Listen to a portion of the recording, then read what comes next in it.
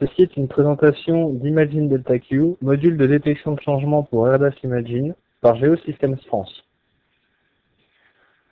Dans une chaîne de détection et de cartographie des changements, la première étape est la corregistration des images afin d'assurer la bonne correspondance géométrique des images, avant de procéder à la détection des changements, puis à leur filtrage afin de ne conserver que les changements qui nous intéressent sur notre zone d'étude, pour finalement terminer par l'analyse et l'interprétation de ces changements. Les anciennes méthodes de détection de changement s'intéressaient aux variations de radiométrie, positives ou négatives, entre l'image avant et l'image après, et sortaient une information assez simple, nous donnant là où le changement était plutôt positif ou le changement plutôt négatif. Ceci avait l'inconvénient d'être à un niveau d'automatisation relativement faible et donc une reproductibilité relativement faible également.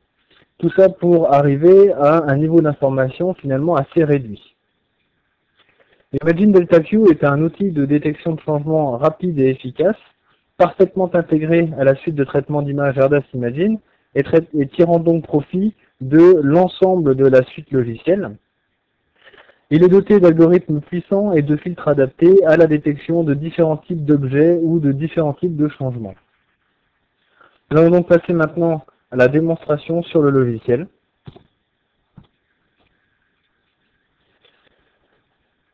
Donc nous avons ici le viewer de changement de Imagine DeltaQ avec à gauche les images sources qui nous permettent de passer entre l'image de référence et l'image de changement. Et le viewer de droite qui nous permet donc d'afficher avec ou sans l'image la classification des changements, donc dans l'image avant, dans l'image après et la transition entre les deux zones. Le résultat est affiché directement après calcul puisqu'il faut quand même quelques minutes pour calculer l'ensemble. Par contre, nous allons procéder à une itération pour affiner le résultat de la détection de changement.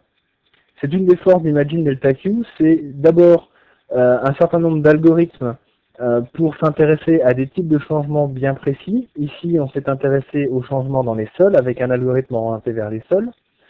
Ensuite, la segmentation spectrale, qui est une classification non supervisée des changements. On a donc un niveau d'information supérieur à ce qui se faisait précédemment, puisque les changements sont classés. La possibilité de réaliser des filtres spatiaux, avec des critères tels que la surface, l'élongation, la compacité. Donc là, ici, on va s'intéresser aux éléments de grande taille afin de retirer les petits éléments de la détection de changement.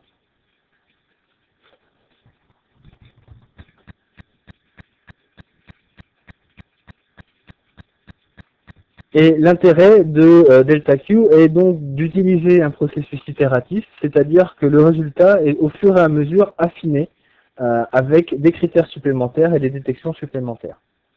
Donc si le premier calcul peut prendre un petit peu de temps, le calcul des itérations suivantes est beaucoup plus rapide. Et donc on va avoir le résultat de la deuxième itération qui va venir s'afficher par-dessus la première itération. Et on va donc pouvoir passer de l'une à l'autre et se rendre compte de l'amélioration. Si on zoome un petit peu dans la zone et qu'on passe itération 1, itération 2, on voit que tous les petits groupes de pixels ont été retirés, ce qui nous permet de nous intéresser uniquement aux zones les plus grandes.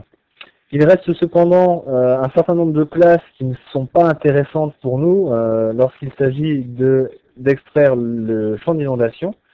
On va donc simplement sélectionner ces différentes classes et préciser à Imagine DeltaQ que ces classes ne doivent pas être affichées dans la détection de changement, ce qui nous permet au final d'avoir un champ d'inondation relativement propre avec différentes classes dedans qui correspondent à différentes classes de sol dans cette extension et donc dans cette surface de changement.